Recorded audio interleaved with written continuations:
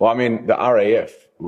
throughout history. I mean, you think back to World War I, when it all got started, was very much the top tier of society. Flash out here. Yeah.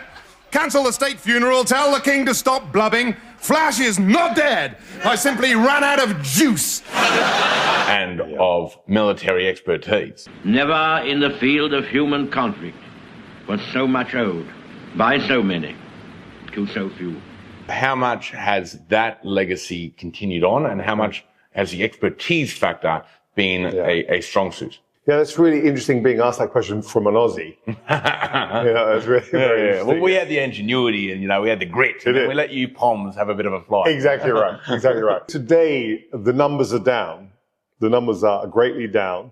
But I must say, I think we punch far above our weight in terms of the personnel. The planes that we fly and the level at which we offer our contribution to NATO is still very significant. Of course, it doesn't match the US, where we are currently seated today in Miami. It pales into insignificance in comparison to the manpower and the resources that they have at their disposal. But I think that Britain can still be very proud of their role in terms of the Royal Air Force and what we have to offer global peace and global strategy. The story of British military is great. The first ever proper army by Henry V and the first Air Force which is the R.A.F. Yeah. It's always had a significant role in the world, the British Empire, even, into the 20th century, in the late 20th century, with James Bond ending how many wars? Yet today it is most definitely, like you're saying, been minimized, and there is a question on where their relevance, which is open. However, internally, when it comes to the personnel, the pilots, when it comes to their responsibility, how much do they still look at that great history of who the R.A.F. is and who the British military is to say, even if we're smaller, we will still be the top tier and the edge of the spear? I think that it's undoubtedly uncontested that the British pilots are at the very top of the game. The training that they receive and the contribution that they put out, I think can compete and does compete with any other pilot around the globe. And I know that there's a lot of collaboration between our counterparts in NATO and further afield in terms of training, in terms of sharing of skills and different environment specialities, shall we say. But certainly they take great pride, and over and above their skills as pilots, there's always the underlying elements of moral, ethical, legal practice. And nothing is compromised. And anybody that does compromise throughout the Royal Air Force on any of these aspects are quickly called out. I guess also in many ways, I mean, we mentioned World War I, but the Battle of Britain, World War II. Oh, everything comes back to the Battle of Britain. Everything comes back to the Battle of Britain, exactly. Any excuse. Where never has so much been owed by so many to so few. There is a legacy of the R.A.F. being few, but punching above their weight class. Yeah. Is the history and that history something that is used as inspiration to keep up there when it is so easy for them to say, we're not what we used to be, we don't need to be there anymore? No, the Battle of Britain offers a lot of inspiration throughout the entire service and to all personnel, there's no doubt about it. But also bring with that the first Jewish chaplain. Not that it changes any of my service in terms of chaplaincy, but of course, perhaps I bring a different angle and a different perspective on chaplaincy. So personally, on a personal note, it feels very privileged And I'm greatly honored to follow in the footsteps of those who preceded me, whose shoulders were much broader than mine, and to continue that legacy. I want to ask about the pilots and their mindset in that same, which sounds like is a similar idea. But you being the chaplain, Yes. you're the one who they go to, just like those chaplains would have had the Battle of Britain pilots go to them. You have the pilots of today come to you. And what is their mindset, and how do they look at their service? So it's interesting you ask me that. When the pilots come to me, and they do from time to time, they're usually coming to me with regards to subjects that have nothing to do with their deployment or their missions.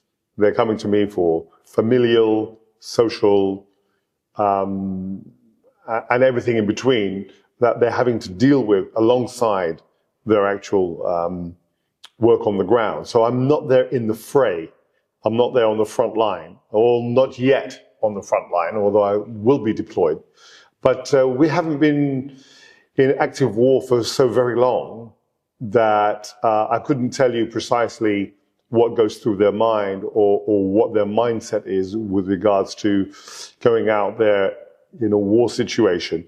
But back home, when they come to me, I treat them just like I would anybody else in any other areas of their trade. You know, so I don't know if that answers your question, because I think you want to hear something more strategic. Yeah, not even strategic, but an insight into the best of the best. Yeah. These guys essentially are as skilled Yes. as your Van Dykes or your Steven Gerrards or Shane Warne. But instead of them being on the cricket pitch, they're in a fighter pilot, without the grandeur, but still the same sense of pride and responsibility and high expertise. Yeah, I mean, you can pick up on speaking to them and with them. They're highly astute and precise and focused individuals. And they are like that in all areas of their life. They're trained in that way. There is no room for error. And they conduct their mission with great pride and integrity that I can vouch for. I would assume there is a large proportion that are non-Jewish. Yeah. Do you find that there is an intrigue in you being the rabbi specifically, and any differences? Yes, I do. And ironically, several people have called into chaplaincy requesting to see the rabbi specifically. Why that is precisely, I'm not sure. But they certainly do seek counsel and are intrigued and ask questions about my faith. And of course, we are there to serve all faiths and none. So it's totally equal. If there is something specific that's faith specific that I cannot conduct for them, that I call upon one of my colleagues to step in, whether it be Anglican or Catholic or anything else for that matter. And what would you say is some of the differences in perspective that you can offer, being the Old Testament specific? Yeah. Well, without getting theological, it's very hard to put your finger on the Judaic worldview. Two Jews, three opinions. There is no specific. Well, exactly. That's exactly right. And I don't really allow my theology or my practice to necessarily come into my chaplaincy work unless I'm called to do so. So it's just about humanity and offering counsel to the best of my ability based on all of my life's experiences and based on my time as a communal minister. But it's rare that we get into debates of theology or philosophy. Usually it's more I mean more, what do you think being a rabbi brings to the table that they're asking for a rabbi specifically, rather than going to whatever faith group they are or none at all? I've asked myself that question. I think subconsciously that sometimes those who have a Christian faith might feel perhaps coerced or threatened speaking to a priest or Christian leader who might suggest that they attend a service. And with the rabbi, it's total neutrality. I mean, I'm not sure if that's the case, but I think maybe there's something subconscious about that. And they think, well, okay, I'm kind of outside of their faith, and so therefore they feel less obliged, perhaps, at some level. That's the only thing I can put it down to. I certainly don't claim any greater expertise.